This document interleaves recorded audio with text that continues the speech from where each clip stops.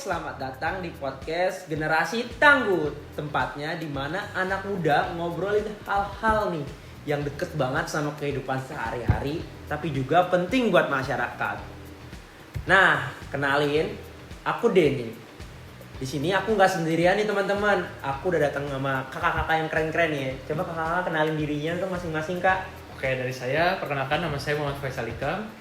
Halo, nama aku Najis Salsabila. Perkenalkan, saya Diana Bestari. Oke, jadi di episode kali ini kita berempat ini mau ngobrolin nih hal-hal santai soal anak muda bisa apa sih untuk bantu masyarakat gitu loh.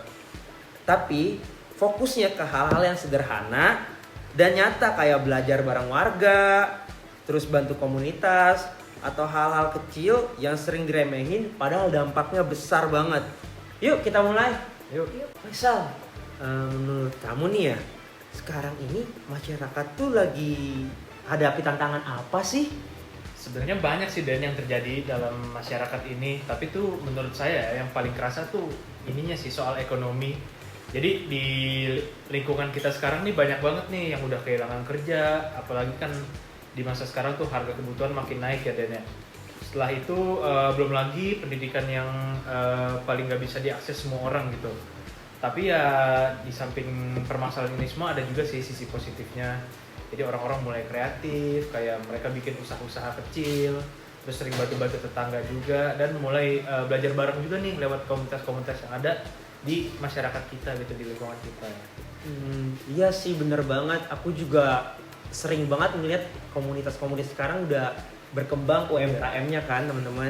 Nah kalau menurut kamu Diana, kamu sendiri ngeliat anak muda sekarang tuh udah mulai peduli belum sih? Mulai sih, cuma mungkin belum semuanya ya. Tapi itu ada yang udah mulai sadar, misalkan kayak mengikuti komunitas ataupun sekolah relawan. Terus ada juga nih teman-temanku yang udah mulai ngajar anak-anak di sekitarnya dengan kelas online. Itu kan juga bentuk pembelajaran ya, meski nggak di sekolah atau di kelas. Nah ya benar, setuju banget sama Diana. Menurut aku juga belajar itu tuh nggak harus di pendidikan formal gitu. Kayak kita tuh bisa belajar di mana aja, kapan aja, dan sama siapa aja. Bahkan di rumah pun kalau misalkan kita sering berbau gitu ya sama tetangga, itu bisa menciptakan kayak sebuah ilmu gitu. Jadi kita ngobrol sama tetangga nggak cuman ngobrolin hal-hal kayak gosip gitu, tapi kita juga bisa dapat ilmu yang bermanfaat. Nah teman-teman, sekarang kita masuk nih ke cerita-cerita nyata. Diana, kamu sendiri nih pernah nggak sih terlibat langsung dalam kegiatan yang menurut kamu ini berdampak gitu loh? Kalau dari aku sih ya, aku pernah ngikut program kegiatan bank sampah yang ada di lingkungan rumahku. Awalnya sih warga cuek, tapi setelah dikasih contoh kalau sampah ini bisa ditukar menjadi duit, karena kan kalau di bank sampah ini sistemnya mengumpulkan sampah rumah tangga dalam jangka waktu sebulan ya, lalu ditimbang bisa ditukar menjadi duit ataupun minyak ataupun keperluan rumah tangga lainnya nih. Nah dari situ warga mulai tertarik. Jadi kita juga di dalam bank sampah ini mengedukasi warga sekitar tentang cara pilah sampah, daur ulang, dan juga ternyata bisa bantu ekonomi nih dari menabung sampah itu sendiri. Jadi buat aku sih itu pengalaman yang ngena banget ya. Oke, kalau dari aku sendiri nih, kalau aku sih di bareng temen-temen di kampung sih ya. Jadi di kampung aku tuh dulu pernah ada bikin taman belajar kayak gitu deh di komunitas-komunitas kecil. Nah di situ tuh biasanya tuh bareng anak-anak. Nah kegiatannya tuh ngapain aja sih? Banyak sih kegiatannya, mulai dari belajar baca, belajar nulis untuk anak-anak TK, dan untuk anak-anak SD pun juga banyak kegiatan. Kayak ada main game sambil belajar gitu-gitu, karena kan zaman sekarang kan kayaknya kan udah ini ya, udah mulai zamannya tuh belajar sambil bermain kayak gitu-gitu. Ada juga komunitasnya tuh untuk remaja-remaja di sana. Jadi emang komunitas itu tuh emang komunitas untuk belajar lah. Belajarnya ya apa aja gitu, bisa macem-macem. Nah tapi dari komunitas ini juga manfaatnya tuh bukan cuma untuk anak-anak itu gitu loh, tapi buat saya sebagai pembelajar mereka, yang ngajarin mereka pun saya juga dapat banyak ilmu lah di sana. Karena ya dengan dengan kegiatan pembelajaran kayak gini tuh menurut saya tuh bisa jadi simbiosis mutualisme gitu untuk saya dan untuk target pembelajarnya gitu sih. Aku juga pernah sih ngebantu komunitas di dekat rumah aku itu ada komunitas perempuan muda. Jadi di sana itu mereka sering gitu kayak jualan online dan mereka tuh tapi tantangan yang mereka hadapi tuh lebih kayak apa ya, mereka tuh nggak tahu cara foto produk yang benar tuh kayak gimana, terus cara mengelola sosial media itu kayak gimana. Dan pasti kan kalau sosial media apalagi Instagram itu kan perlu yang ada namanya caption. Nah, mereka tuh masih bingung cara nulis caption agar informatif gitu buat konsumen, agar tertarik sama produk yang mereka jual tuh belum tahu cara gimana. Dan aku tuh di sana ngebantu mereka, ya semacam kayak pelatihan sederhana gitu terkait marketing online gitu. Jadi aku juga belajar gitu cara membuat perencanaannya, terus pelaksanaannya, bahkan sampai evaluasinya. Dan karena pelatihan ini aku ngajarin mereka tuh cara mengolah sosial media, terus cara membuat apa ya kayak media poster, desain grafis, terus cara menulis caption dan lain-lain. Dan mereka tuh ngerasa juga kebantu gitu dari adanya pelatihan ini. Dan dari situ mereka akhirnya bisa apa ya menjual produk-produk mereka yang ya bisa dibilang kayak profesional gitu. Dan jadinya kan mereka bisa menarik konsumen untuk membeli produk mereka, dan itu juga bisa ngebantu ekonomi yang ada di komunitas perempuan muda itu. Wah, ternyata pengalaman teman-teman ini udah berdampak banyak ya untuk masyarakat. Jadi kita bisa tahu nih ternyata dari hal kecil itu bisa punya dampak yang besar. Mulai dari komunitas bank sampah, komunitas belajar, bahkan tadi pemberdayaan komunitas perempuan ya teman-teman. Nah, semua bentuk pembelajaran yang tadi kita bahas itu tuh nggak harus di ruang kelas teman-teman. Jadi kapanpun dan dimanapun kita bisa memberikan dampak positif bagi sekitar kita teman-teman. Ya betul banget, setuju. Nah teman-teman, dari cerita teman-teman yang tadi udah diceritakan, pasti itu kan nggak selalu mulus ya teman-teman. Pasti ada aja kendalanya, pasti ada aja jatuh bangunnya. Nah teman-teman, dari Najwa sendiri apa sih tantangan yang kamu rasakan gitu? Kalau untuk tantangan pertama-tama sih paling kayak biasanya tuh mereka gitu kayak komunitas itu suka ngeremehin gitu, karena kan ibaratnya kita tuh masih yang muda banget gitu dan langsung tuh terjun gitu ke lapangan. Biasanya tuh kayak suka diremehin kayak paling tugas kampus doang, atau kayak ini cuma main-main doang buat gaya-gayaan dan lain-lain. Dan itu juga apa ya sebuah tantangan sendiri gitu. Tapi dari itu kita bisa ngebangun ngebangun kepercayaan mereka. Jadi kita ya udah datang aja langsung ke ke tempat itu, konsisten gitu, kayak kita nanya-nanya, terus abis itu kita selalu datang ke sana dan beneran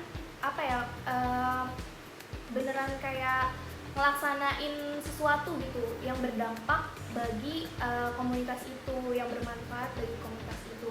Selain itu mungkin karena di komunitas perempuan ini nggak punya tempat yang proper, jadi agak susah untuk ngumpulin massa yang kalau terlalu banyak gitu. Jadi kayak tempatnya sempit, itu sih paling. Oke, kalau dari saya ya tantangan terbesarnya itu biasanya di antusiasme anak-anaknya sih. Apalagi kalau misalkan lah udah mulai ngajar anak-anak kan mereka susah diatur ya kadang kayak gitu untuk anak-anak. Untuk yang remaja mungkin lebih tantangan terbesarnya mungkin udah hilangnya kali ya keinginan dia untuk belajar gitu. Walaupun beberapa kali programnya udah dibikin, udah dijalanin, tapi ya semakin kesini kalau misalkan ada program gitu, apalagi bukan program yang baru dan mereka gak tertarik dengan program itu tuh mereka males-malesan gitu untuk ikut. Sekalinya mereka ikut pun ya mereka gak dengerin, mereka sibuk sendiri, terus mereka ya main-main aja. Yang penting mereka datang ngeliat udah, setelah pulang mereka jadi lupa gitu isi pembelajaran tadi apa. Itu sih kalau dari saya gitu tantangan terbesarnya dalam menjalani program-program gini. Kalau dari Diana gimana? Kalau dari saya sih yang tadi Bank Sampah alamin ini ya yang saya bantu, itu tuh pertama petugasnya sendiri ini kan udah dengan usia yang cukup nggak bisa dibilang lansia tapi udah cukup berumur gitu ya. Nah ini sulit banget untuk cari regenerasi petugas untuk bank sampah itu sendiri, apalagi anak muda ya. Betul apa yang dibilang Faisal, kayak minatnya si anak muda ini tuh masih bisa dibilang belum semuanya memiliki kesadaran tentang lingkungan, juga dari itu sendiri sih yang buat jadi kendala untuk mencari regenerasi di bank sampah ini sulit.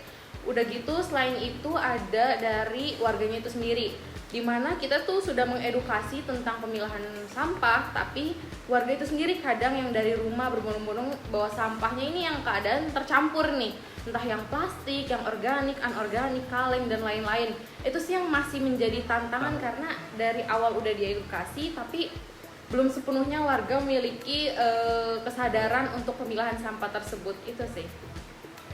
Oke teman-teman, jadi kesimpulannya tuh anak muda bisa banget nih bermanfaat bagi sekitar. Dimulai dari hal-hal yang kecil berdampak menjadi besar untuk masyarakat. Kita bisa bantu lewat pembelajaran maupun lewat komunitas-komunitas yang kita ada pemberdayaannya gitu loh. Mulai tadi dibilang dari bank sampah, Diana bilang dia mengelola bank sampah, meningkatkan kesadaran masyarakat di sekitar. Terus Faisal tentang komunitas belajar yang dimana antusiasnya mulai menurun. Dan terakhir soal Najwa yang merasa kalau di komunitas perempuan itu mereka tuh dirasakan kayak diremehin karena tugas kuliah gitu teman-teman.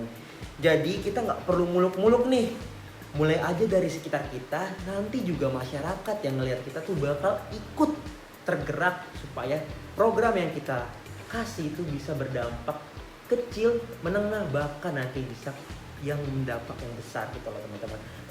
Teman-teman tahu nggak sih peribahasa dulu kayak kecil-kecil menjadi Bukit. itu dia. Jadi kayak kita tuh harus percaya proses teman-teman. Mulai dari hal kecil nanti akan berdampak besar. Terima kasih yang sebesar-besarnya untuk Najwa, untuk Diana, dan untuk Faisal. Dari kalian sendiri ada yang ingin ditambahkan nggak? Oke, dari saya dulu mungkin ya.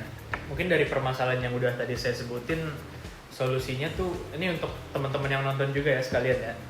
Ini sih solusinya tuh mungkin pembelajarannya tuh lebih yang apa ya, berkaitan sama permasalahan mereka sih, yang relate sama keadaan zaman sekarang. Misal yang lagi rame di sosial media tuh bisa tuh kita jadiin pembelajaran di situ.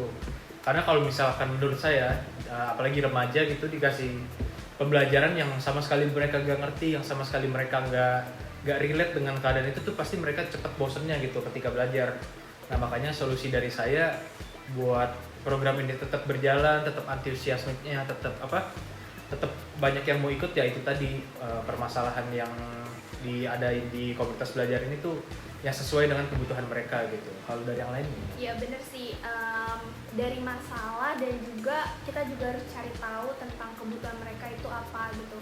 Jadi nantinya program-program yang kita buat itu tuh bener-bener yang bermanfaat dan bener-bener yang relevan gitu sama kebutuhan dan masalah mereka gitu. Dan kita juga kalau misalkan mau ngebuat suatu program, kita juga harus ngebangun kepercayaan mereka. Jadi biar mereka itu kayak nggak ngeremehin kita gitu. Jadi ya kita sebisa mungkin ngebangun kepercayaan mereka dan kita ngebangun image yang baik gitu. Jadi mereka kayak mau ikut serta dan mau berpartisipasi kalau misalkan nanti kita mengadakan kayak pelatihan atau program-program untuk mereka. Dan itu juga program itu juga bertujuan untuk ya mempertahankan komunitas mereka gitu. Ya, kalau dari aku sendiri sih ya, belajar dari cerita apa yang udah teman-teman sampaikan, termasuk aku sendiri, tentang ketahanan masyarakat ini itu tidak cuman dari soal infrastruktur ataupun bantuan dari pemerintah aja nih, tapi juga dibangun dari hal-hal sederhana yang kita lakuin dan juga orang banyak lakuin di dalam komunitas yang telah kita jalankan, termasuk kita sebagai anak muda. Nah, lewat kegiatan belajar tadi, kita bisa belajar bareng warga, bantu edukasi lingkungan, juga mengajar skill digital nih yang udah dijelasin oleh Najwa. Nah, semua itu tuh bentuk pembelajaran non formal yang bisa memperkuat masyarakat baik secara sosial, ekonomi, bahkan secara budaya. Terus juga dari mata kuliah ini nih, ketahanan masyarakat, kita juga mempelajari bagaimana kita bisa bikin masyarakat ini menjadi lebih siap, lebih mandiri, dan juga bisa saling dukung dalam kondisi apapun, mulai dari yang paling dekat ataupun dari hal yang paling kecil. Keren-keren banget ya teman-teman. Bahkan solusi yang udah dijabarkan tadi itu bakal berdampak besar untuk masyarakat maupun diri kita sendiri. Jadi penonton-penonton dan pendengar-pendengar setia dari podcast Tangguh, sekian episode dari kami. Saksikan episode selanjutnya yang akan datang. Terima kasih, dadah.